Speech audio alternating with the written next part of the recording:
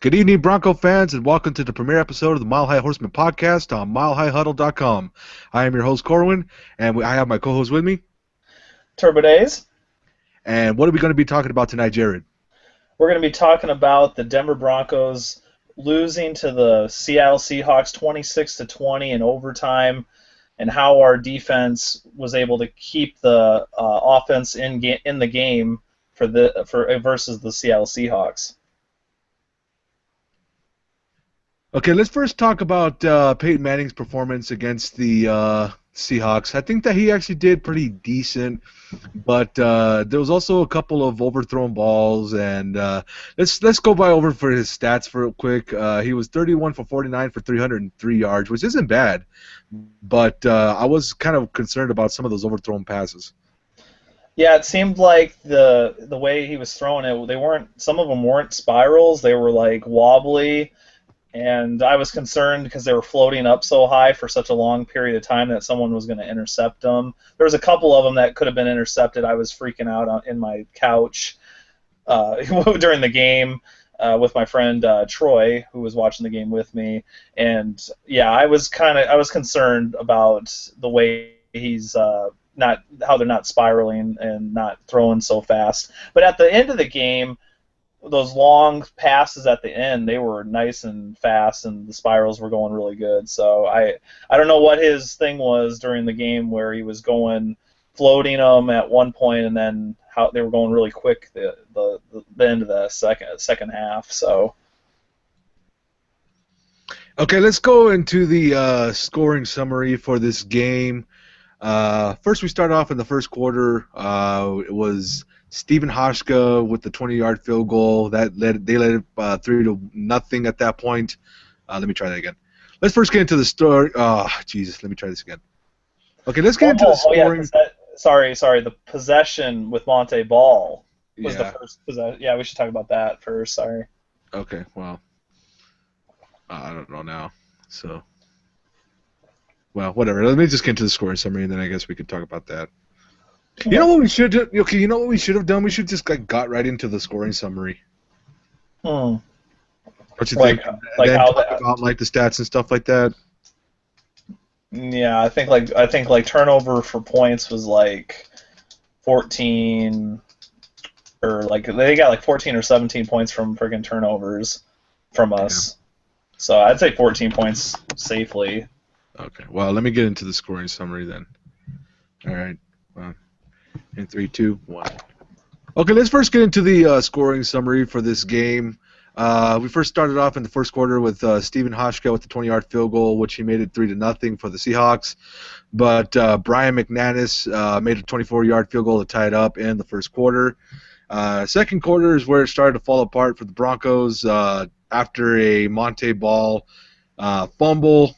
Russell Wilson got a pass to Lockett for 39 yards for a touchdown, and of course the extra point was good after that. Then a touchdown from Russell Wilson to Marshawn Lynch for 5 yards for a touchdown. They led it 17-0 or 17-3 at that point. Nothing happened in the third quarter, but this is where the Broncos started to come back in the fourth quarter. It was a sack safety by T.J. Ward and Nate Irving on Marshawn Lynch to score 2 points. The Broncos had 5 points at that point. Then the Broncos got a touchdown pass from Peyton Manning to Julius Thomas for 3 yards for a touchdown. They had a 12-point lead, or a 12-point. They were trailing. Okay, hold on, let me try that again.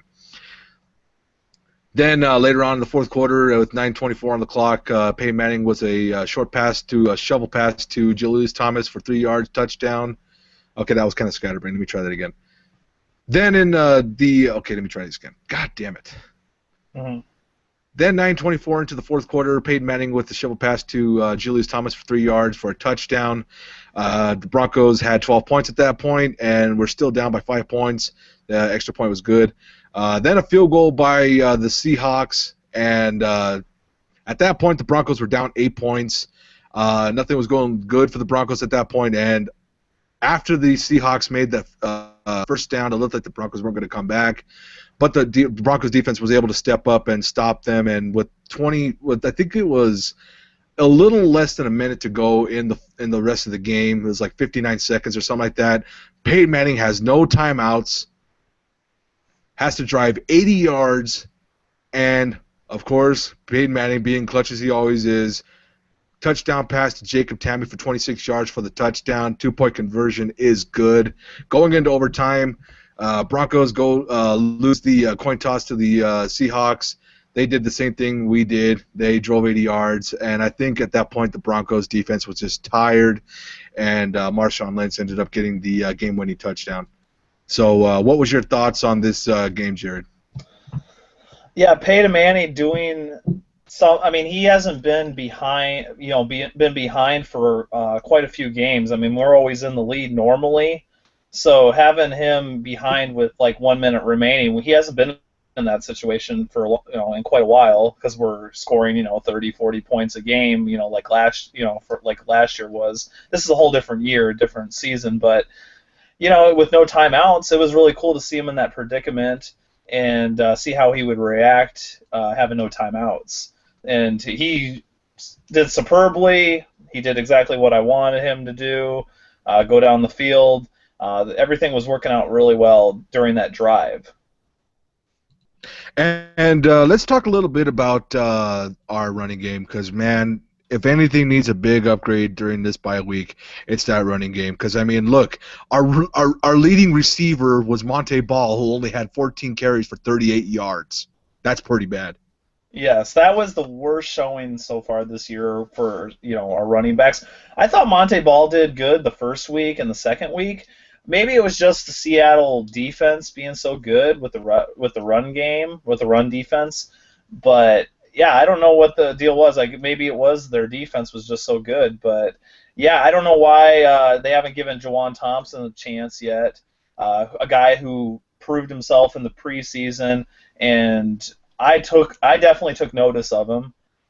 I just don't understand why he isn't at least being the backup of this Denver Broncos running game so far, but they've given C.J. Anderson a chance, and what was amazing also was they had Ronnie Hillman in that game. I was like, what the hell? Why is Ronnie Hillman in? So you guys got to get Juwan Thompson in there if you want your running game to get much better. So that's my take on that. But let's talk about somebody who really, I honestly think, was the offensive player of the game. Emmanuel Sanders, 11 catches for 149 yards. One was for 42 yards for the touchdown. What did you think of Sanders' performance? It was superb. He was the one guy that was scaring the Seattle Seahawks' defense. He was the man. He was the player of the game, definitely. He seemed like he was the special weapon on our team, and they weren't stopping him. So, I expected this from Emmanuel Sanders. I didn't expect him doing so well this season. It's like he's Demaryius Thomas of last year. He's like the new DT, and DT needs to get his game up to be like himself right now. He did really good in that overtime, but he's had some drop passes this season so far, and hopefully he gets better. I'm sure he'll improve at some point.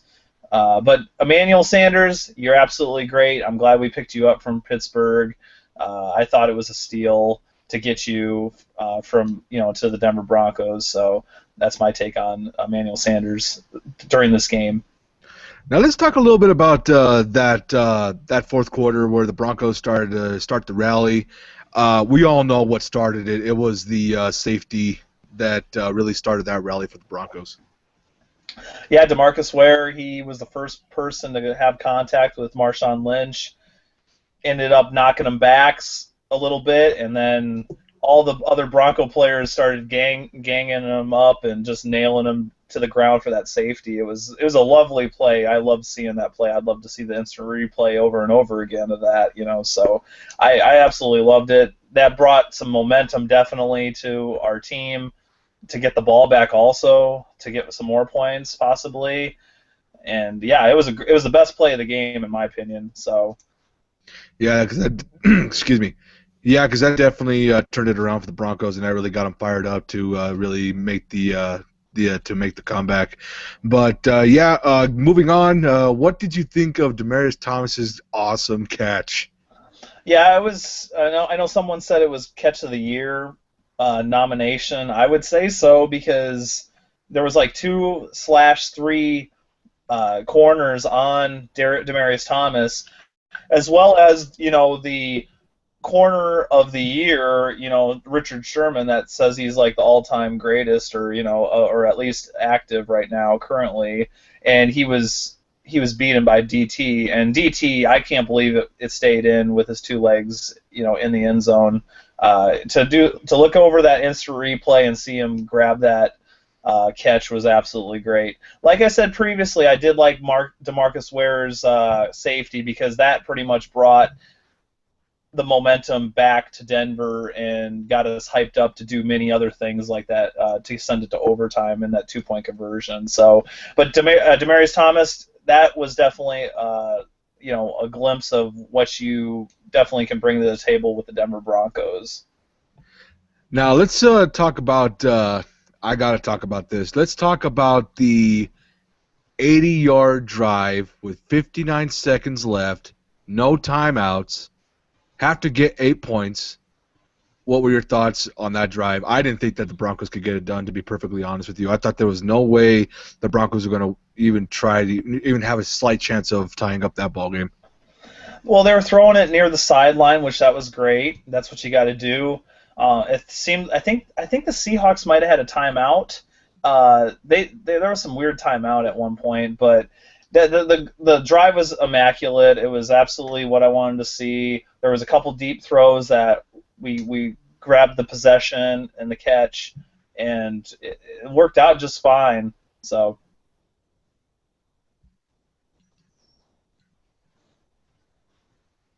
Okay, let me see. What's the next topic?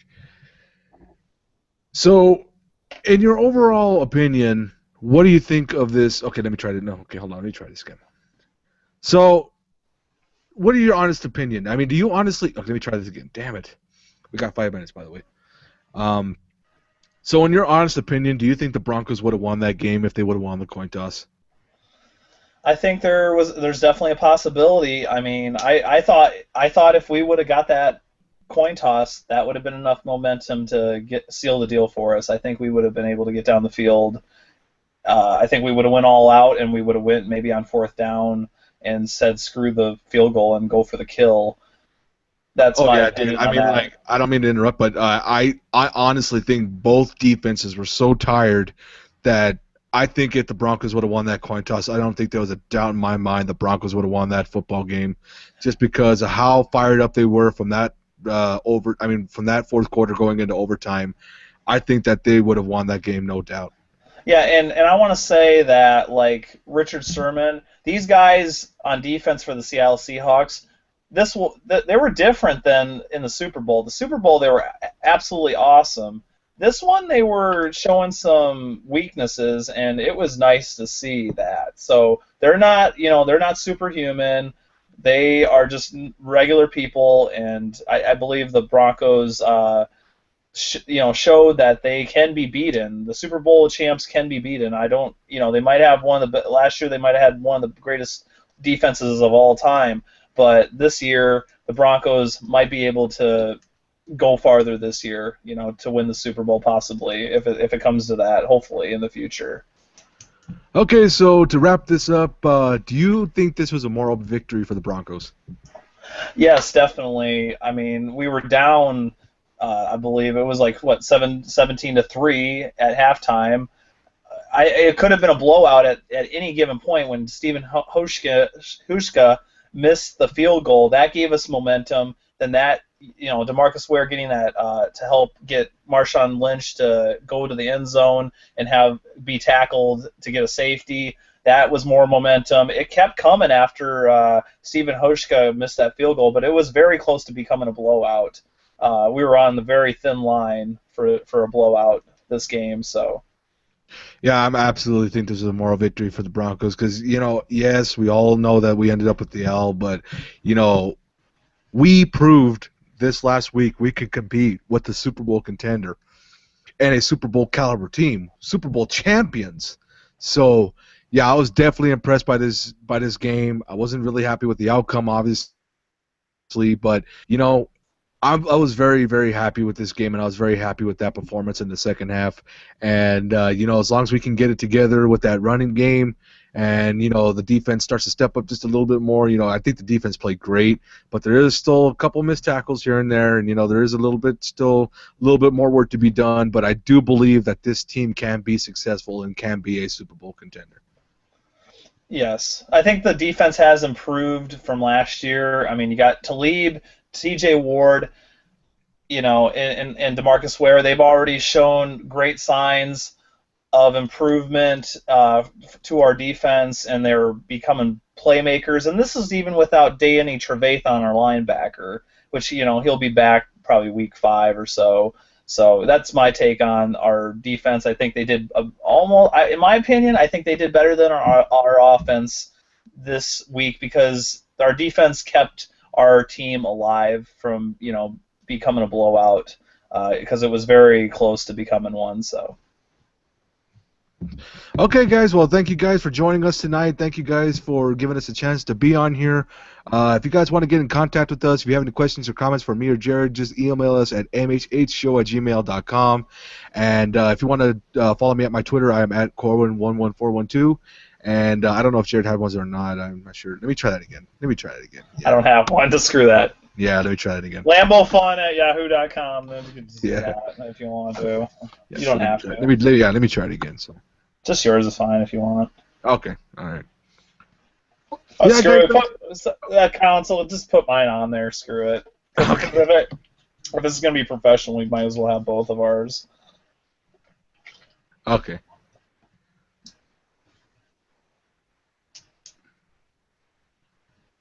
Okay, let me try this. Okay, there we go. All right, guys. Well, thank you guys for joining us tonight. Thank you guys for listening. Thank you guys for. Okay, hold on. Let me try again. Let me try one more time. What's that guy's name again? I forgot. It's Jensen. Chad Jensen. Chad Jensen. Okay. All right. Let me try again. All right, guys. Thank you guys for joining us tonight. I want to thank Chad Jensen for giving us this opportunity to be here tonight. I want to give a shout out to the Mile High Horseman Group. I want to give a shout out to all of our subscribers here. If you guys want to subscribe to our podcast, be sure to. If you guys have any questions or comments for the show, just email us at mhhshow@gmail.com, and we'll be sure to get you write you guys back. So for me, I'm Corwin. I'm Turbo Days. And this has been the Mile High Horseman podcast on milehighhuddle.com. Good night, everybody.